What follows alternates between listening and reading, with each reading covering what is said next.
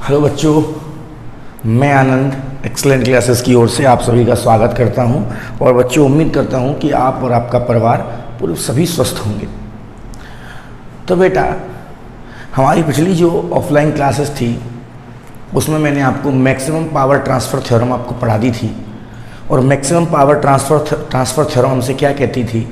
वो कहती थी कि अगर किसी भी सर्किट में हमें सोर्स के थ्रू अगर किसी भी एक्सटर्नल लोड पर मैक्सिमम पावर अगर ड्रॉ करनी है तो बेटा वो जो एक्सटर्नल लोड है, वो जो एज एक्सटर्नल रेसिस्टेंस है, वो उस सोर्स के इंटरनल रेसिस्टेंस के बराबर होना चाहिए। बेटा ये थी हमारी मैक्सिमम पावर ट्रांसफ़र थ्योरम। अब बेटा अगर इस थ्योरम के आगे बढ़ा जाए तो मैंने आपको बताया था कि बाकी जो चीज़ें हैं वो 10th क्लास की हैं। वो देखो मैं आपको बता देता हूँ।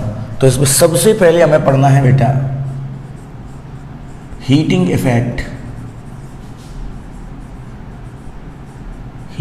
Effect of electric current.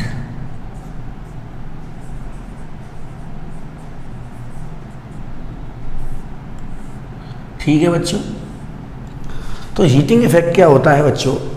Electric current का हीटिंग इफेक्ट क्या होता है अगर उसकी हम लोग बात करें तो बेटा मैं आपको बता देता हूँ कि आपने देखा होगा कि जब हम चार्जर लगा देते हैं मोबाइल को चार्ज होने के लिए तो चार्जर गर्म हो जाता है। या फिर हम लोग जो वायरिंग हमारे घरों में इस्तेमाल करते हैं, अगर हम कुछ देर तक उसको यूज़ कर लेते हैं तो क्या होता है, तो वो वायरिंग गर्म हो जाती है। पंखा चलते चलते गर्म हो जाता है। यानी कि बेटा कोई भी चीज़ है यदि उसमें करंट फ्लो हम लोग कराते हैं तो वो बेटा गर्म हो जाता है। और वो जो गर्म है, यानी कि वो जो हीट एनर्जी जो प्रोड्यूस हो रही है, वो हीट एनर्जी एक इलेक्ट्रिक करंट के फ्लो होने की वजह से हो रही है बेटा। इसलिए इस इफेक्ट को हम लोग क्या नाम देते हैं? Heating effect of electric current नाम देते हैं। तो heating effect of electric current में हम क्या कह सकते हैं, आप लोग नोट कर सकते हैं। वीडियो को पॉज करके मैं आपको बता देता हूँ। When the current flows through a resistance for any time, then it get heated and produce heat energy. This effect is due to the electric current, so this is known as heating effect of electric current. अब बच्चों अगर हम लोग बात करें कि इसका कारण क्या है, इसका कारण है बच्चों, बड़े ध्यान से समझ लीजिएगा कि इसका कारण है कि मान लेते हैं बेटा ये एक कंडक्टर है,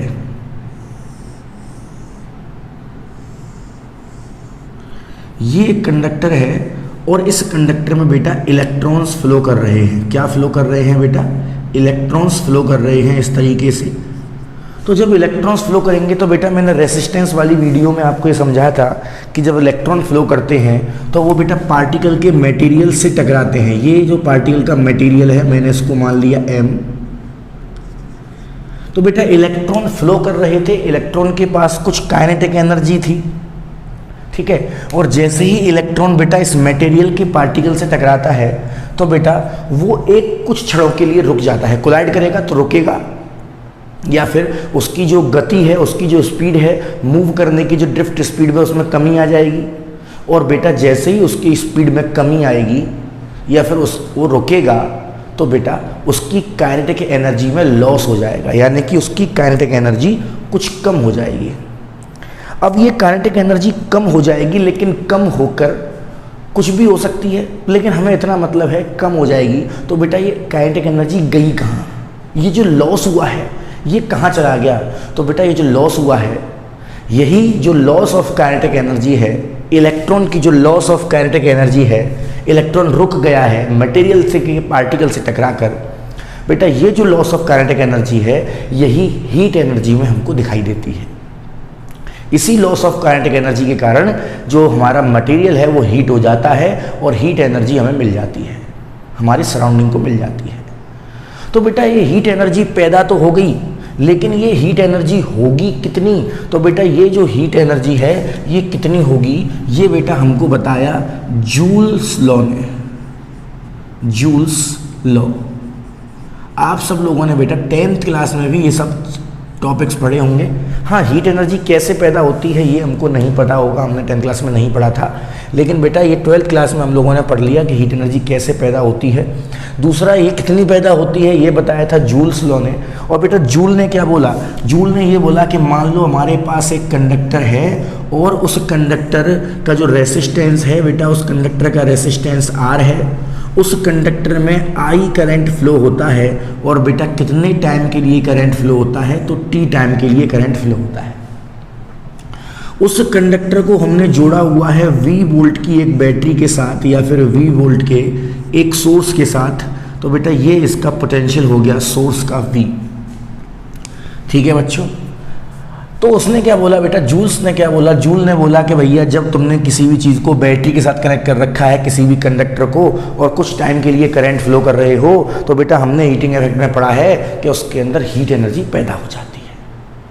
लेकिन वो हीट एनर्जी कितनी होती है बेटा, तो जूल ने क्या बोला, जूल ने बोला इसके अंदर मान लीजिए हीट एनर्जी पैदा होती है H, तो बेटा उसने बोला कि H जो होता है वो डायरेक्टली प्रोपोर्शनल है किसके, I स्क्वायर के। यानी कि अगर करंट को 3 गुना बढ़ा देंगे तो बेटा इसका स्क्वायर यानी कि 9, तो हीट बेटा 9 टाइम्स बढ़ जाएगी।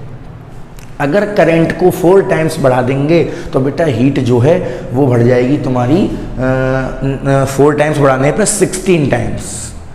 तो ये बोला बेटा किसने, ये बोला जूल ने कि जो हीट होती है वो डायरेक्टली प्रोपोर्शनल होती है बेटा, किसके डायरेक्टली प्रोपोर्शनल होती है, तो बेटा वो डायरेक्टली प्रोपोर्शनल होती है I स्क्वायर के।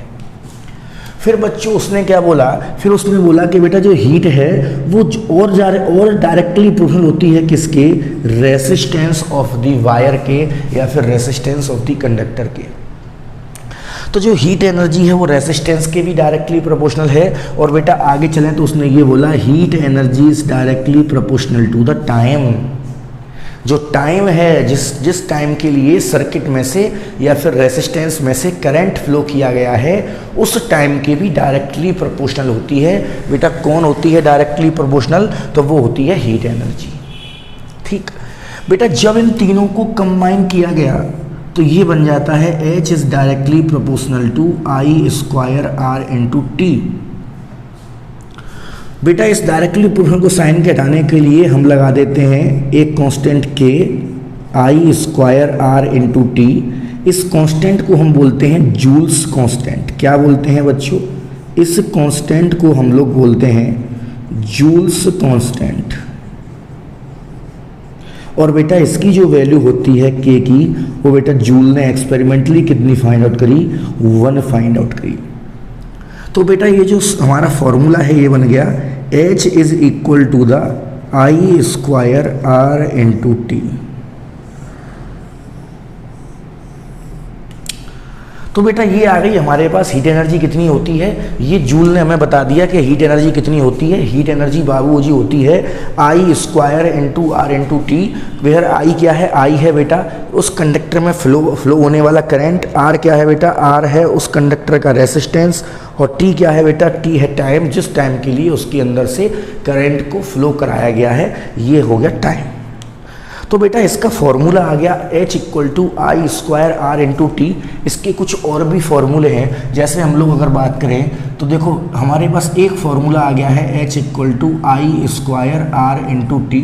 बेटा इससे हम और भी फॉर्मूले बना सकते हैं। कैसे बना सकते हैं ज़रा देखना।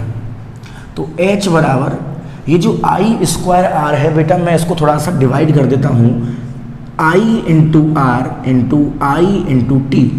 मैं ऐसे करके लिख देता हूँ इसको, I into R into I into T। ठीक है, तो कविता सी बन गई भाई। ठीक है, तो आई आर बेटा किसकी वैल्यू है, आई आर वैल्यू है V की, इंटू I इंटू T हमारे पास पहले से है। तो बेटा H का दूसरा फॉर्मूला बन जाता है H इक्वल टू VIT। ठीक है बच्चों, ठीक। अब बेटा हमारे पास जो फॉर्मूला बन गया H equal to V into I into T। बेटा I की वैल्यू हमें पता है, I की वैल्यू होती है V अपॉन R। कितनी होती है, V अपॉन R। तो बेटा यहाँ पुट कर देते हैं V इंटू I की वैल्यू है V upon R into T। तो बेटा ये एक और फॉर्मूला बन जाता है V square upon R into T, ये आ गई भाई हीट एनर्जी। तो बेटा ये हमें पता पड़ गई कि हीट एनर्जी कितनी होती है। हीट एनर्जी आई स्क्वायर आर टी के बराबर होती है। हीट एनर्जी बेटा वी आई टी के बराबर होती है। और हीट एनर्जी बेटा किसके लिए कितनी बराबर होती है? V square upon R into T के बराबर होती है। तो बेटा ये हो गया आपके जूल्स लॉ और हीट के आपके 3 फॉर्मूले जिनको आपको यूज़ करना है कहीं भी। ठीक है बच्चों, तो बेटा अब चलते हैं इसको लेकर के आगे। और आगे का जो टॉपिक है बेटा वो है हमारा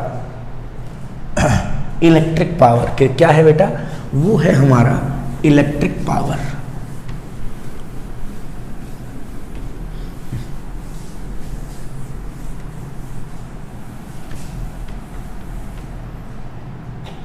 ठीक है बेटा, इलेक्ट्रिक पावर, तो हेडिंग डाल देना इलेक्ट्रिक पावर।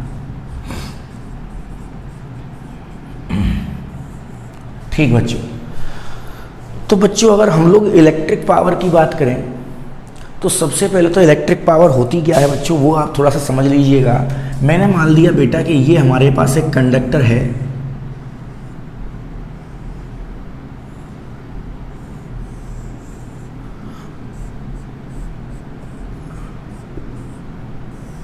इस कंडक्टर का रेजिस्टेंस बेटा मैंने मान लिया R है।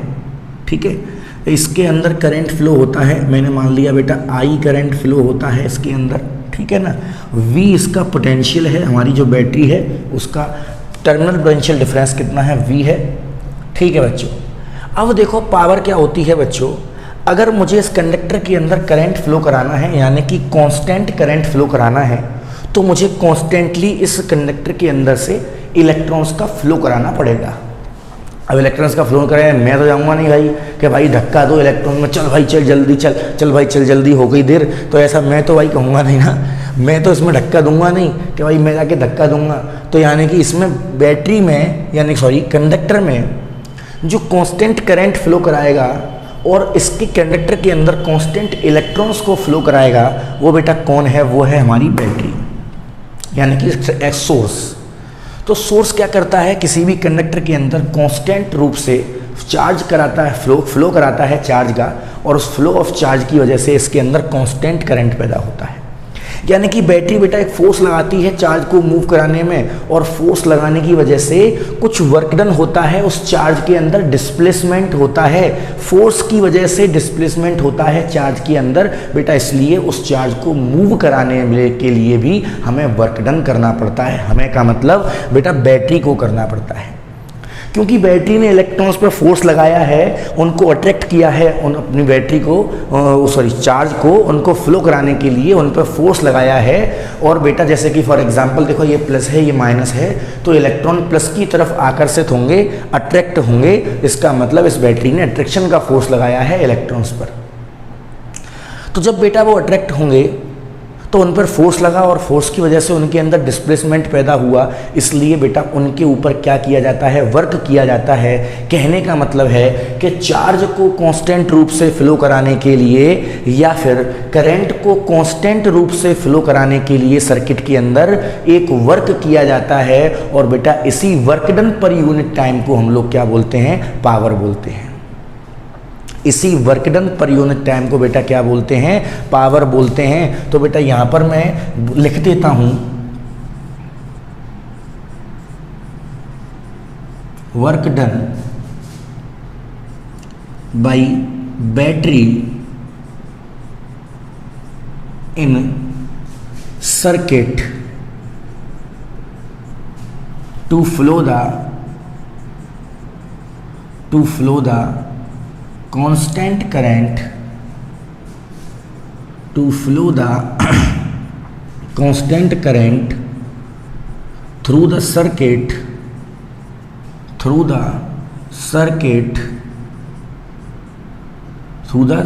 लिख सकते हैं, या फिर थ्रू द कंडक्टर लिखते हैं, थ्रू द कंडक्टर पर यूनिट टाइम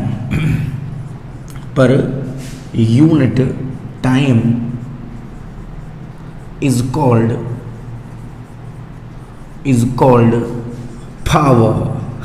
शक्तिमान वाली पावर है भाई, ग्रेट सैटर्न साइंटिस्ट डॉक्टर शेखाल। Power, electric power.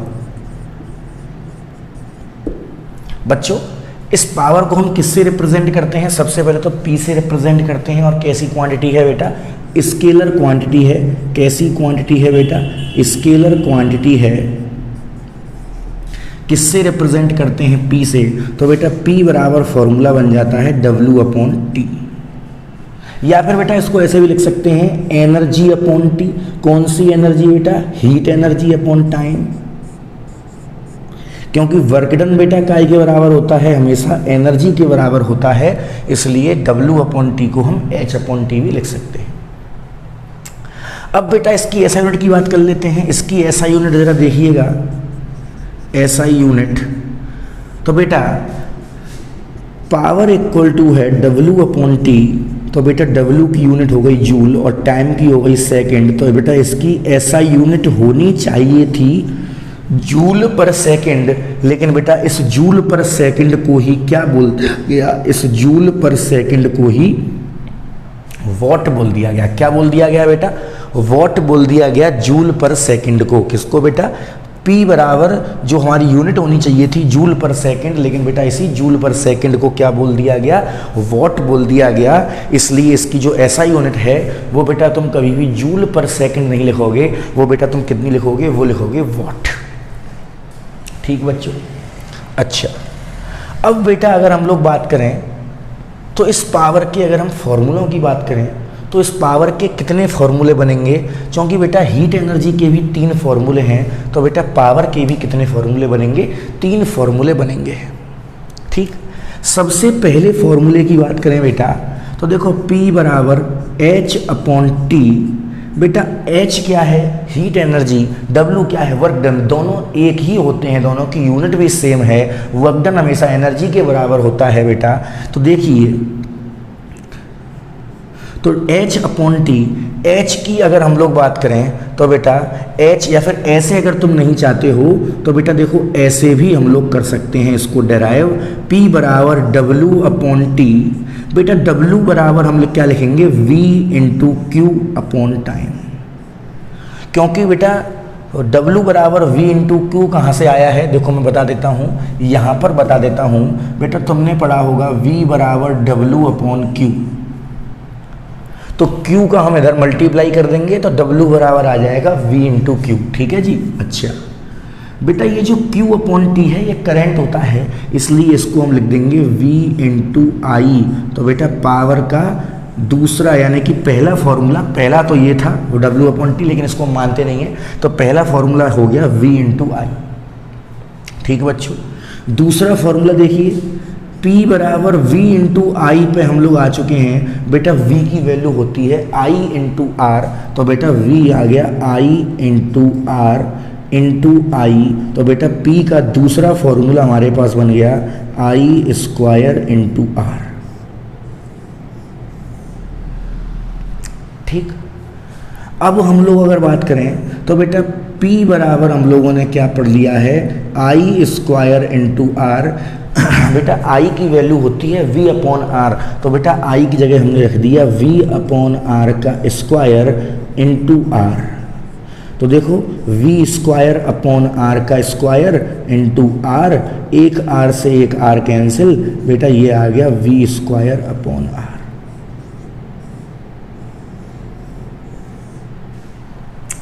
तो बेटा P की वैल्यू आ गई V²/R। तो बेटा P के हमारे पास देखिए बस हमने टाइम का डिवाइड दिया है। देखो H का फॉर्मूला था VIT, तो टाइम का डिवाइड दे दिया, टाइम का डिवाइड देते हैं तो T गायब। H का फॉर्मूला था I²RT, T का डिवाइड दे दिया, T गायब। वही फॉर्मूले बन रहे हैं। तो बेटा H बराबर था V²/R इंटू T का डिवाइड दे दिया, V²/R बचा। वही सब चीज़ें बन रही हैं हमारे सामने। तो बेटा ये हो गया हमारे पास पावर और पावर के 3 फॉर्मूले।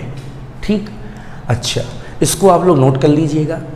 अब बेटा हम लोग चलते हैं, इसकी यूनिट हमने पढ़ी ली है वॉट। अब बेटा हम लोग एक डेफिनेशन पढ़ लेते हैं छोटी सी, जो कि 10th क्लास में भी पूछी जाती थी और बेटा 12th में भी अगर आपका नसीब बहुत अच्छा हो तो पूछी जा सकती है 1 नंबर में, वरना इतनी छोटी सी डेफिनेशन 1 नंबर में कोई नहीं पूछेगा। ठीक है आपसे तो, ठीक है। तो बेटा अब हम देखो एक नंबर की डेफिनेशन पढ़ लेते हैं। वो डेफिनेशन क्या है बच्चों? वो डेफिनेशन है 1 वॉट की डेफिनेशन। किसकी डेफिनेशन बच्चों? 1 वॉट की, यानी कि डिफाइन 1 वाट। अब देखो कैसे डिफाइन करेंगे बेटा। तो देखो P बराबर हमने पढ़ा है W/T। बेटा मैं अगर ये मान लूं कि कांस्टेंट करंट को फ्लो कराने के लिए जो वर्क किया गया है, बेटा मैं मान लेता हूं कि बेटा लेट वर्क की वैल्यू कितनी है? 1 जूल है। और उस 1 जूल वर्क को करने के लिए बेटा कुछ टाइम भी तो लगा होगा। ऐसा तो है नहीं है पलक झपकाते ही हो गया, कुछ तो टाइम लगा होगा, ठीक है ना। तो बेटा उस टाइम की वैल्यू को मैंने मान लिया 1 सेकेंड। तो बेटा power equal to the 1 joule upon 1 second, ये आ जाएगा 1 जूल पर सेकेंड। और जैसा कि मैंने अभी बताया था कि जूल पर सेकेंड को हम लोग क्या लिख देते हैं? वॉट लिख देते हैं।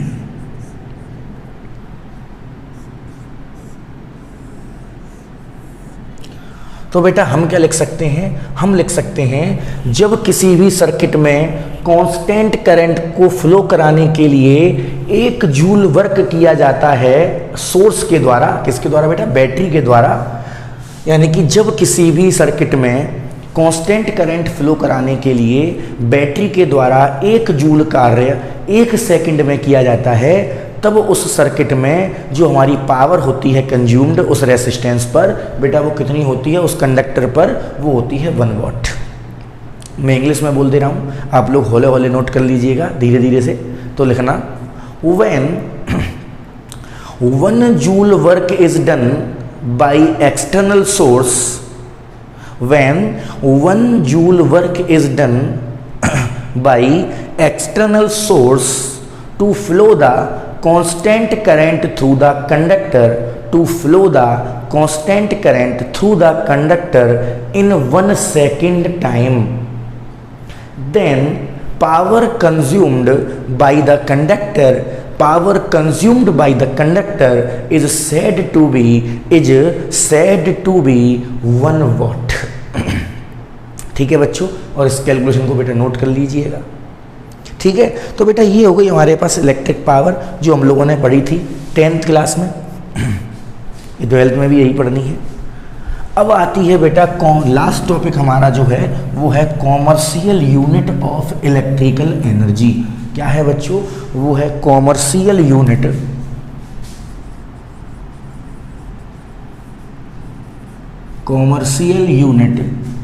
Of electrical energy. यानी कि जो इलेक्ट्रिकल एनर्जी हम यूज़ कर रहे हैं उसकी ऐसा यूनिट तो बेटा हमको पता है, उसकी ऐसा यूनिट क्या है? उसकी ऐसा यूनिट जूल है। बेटा इलेक्ट्रिकल एनर्जी चाहे कोई सी एनर्जी हो उसकी ऐसा यूनिट जूल होती है। लेकिन अब हमें पढ़नी है कि उसकी कॉमर्शियल यूनिट क्या है। कॉमर्शियल का मतलब है व्यावसायिक यूनिट, व्यावसायिक मात्रक। जो मात्रक हम इलेक्ट्रिकल एनर्जी का व्यवसाय में यूज़ करते हैं, अब बेटा उसको हम क्या बोलेंगे? तो बेटा आपने देखा होगा जब हमारे घरों में बिजली का बिल बनता है तो हम सब पूछते हैं, हाँ भाई कितनी यूनिट बन गई? तेरी कितनी यूनिट बन गई? तेरी कितनी यूनिट का बिल आया है? तो बेटा ये जो यूनिट है ना, यही क्या कहलाती है? Commercial unit. और बेटा इस यूनिट को हम लोग अगर टेक्निकल वे में बोलें तो इस टेक्निकल वे में इस यूनिट का नाम क्या होता है? तो बेटा कॉमर्शियल यूनिट का नाम होता है किलोवाट आवर। 1 घंटे में 1 आवर में कंज्यूम की गई पावर को ही हम लोग क्या बोलते हैं? कॉमर्शियल यूनिट, यानी कि किलोवाट आवर बोलते हैं बच्चों। तो बेटा ये जो किलोवाट आवर है ये कॉमर्शियल यूनिट है, और जो जूल है बेटा वो एसआई यूनिट है। तो एसआई यूनिट और कॉमर्शियल यूनिट में बेटा कुछ तो संबंध होगा, कुछ तो रिलेशन होगा, है ना। तो बेटा इनका जो रिलेशन होता है ना बेटा, देखिएगा 1 kilowatt hour is equal to the 3.6 into 10⁻⁶ joule. ये बेटा ये जूल क्या है? ये एसआई यूनिट है। और बेटा ये किलोवाट आवर क्या है? ये है बेटा कॉमर्शियल यूनिट। क्या है? Commercial unit. ठीक है बच्चों, अब देखो अभी तुमने पढ़ा कि बेटा एनर्जी, हम लोग हीट एनर्जी निकालना सीख गए थे, I square R into T, V into I into T, V square upon R into T. बेटा ये हम ऐसा यूनिट ऑफ इलेक्ट्रिकल एनर्जी में निकालना सीख गए थे कि अगर इलेक्ट्रिकल एनर्जी को अगर ऐसा यूनिट में निकालना हो तो बेटा कैसे निकालेंगे, इन 3 फॉर्मूलों से निकालेंगे। लेकिन बेटा अगर हमें कॉमर्शियल यूनिट कैलकुलेट करनी है, कितनी यूनिट बनेंगी मेरे घर में, तो बेटा उसका क्या फॉर्मूला है, तो बेटा उसका फॉर्मूला है ये, एनर्जी इन, एनर्जी ब्रैकेट में लिख देता हूं, इलेक्ट्रिकल एनर्जी कर देता हूं इसको पूरा, इलेक्ट्रिकल एनर्जी किस में बात कर रहे हैं बेटा, किलोवाट आवर में, यानी कि कॉमर्शियल की बात कर रहे हैं। तो बेटा इसका एक फॉर्मूला होता है, क्या फॉर्मूला है, number of appliances into power of appliances, power of appliance.